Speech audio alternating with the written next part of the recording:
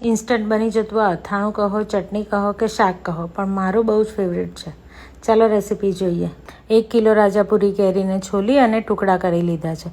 પછી પાણીમાં 10 મિનિટ માટે ઉકાળી લીધી છે, જેથી કેરી ગળે નહીં પણ સોફ્ટ થઈ જશે. હવે આ 1 કિલો કેરી સામે 1 કિલો ગળ પણ લેવાનું છે. મેં અડધો ગોળ અને અડધી ખાંડ લીધી છે. તમે કોઈ પણ એક વસ્તુ પણ લઈ શકો છો. સારી રીતે મિક્સ કરીને ગેસ પર મૂકી દેવાનું છે.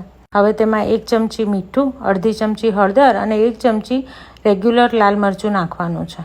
સારી રીતે મિક્સ કરી લેવાનું છે. ધીમા તાપ પર થવા દેશો એટલે ગોળ અગળવા લાગશે. પછી સાઈડમાં તેનો વઘાર માટે તૈયારી કરવાની છે. આ અથાણું ભલે ઝડપથી બની જતું હોય, પણ લાંબો સમય સુધી સારું રહે છે અને ખાવામાં તો ખૂબ જ ટેસ્ટી લાગે છે. હવે વઘાર માટે 100 ગ્રામ તેલ ગરમ કરવા મૂકી તેની અંદર રાઈ અને મેથી નાખવાના છે. પછી તજ, લવિંગ ને ઇલાયચી નાખવાના છે.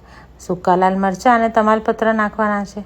થોડીક હિંગ અને કાશ્મીરી લાલ મરચું નાખી વઘારને તરત જ કેરીમાં નાખી દો. સારી રીતે ચલાવી લો. 5 જ મિનિટ ચલાવશો ત્યારે ગોળ અને ખાંડ ઓગળી અને ચાસણી થોડી ચીપચીપી થઈ ગઈ હશે. બસ ગેસ બંધ કરી લો. તૈયાર છે તમારું ઇન્સ્ટન્ટ અથાણું, એટલે કે વઘાર્યું. તમે બનાવતા હોય તો આને શું કહો છો તે કોમેન્ટ કરજો. રેસીપી ગમે તો લાઈક શેર કરજો. Thank you.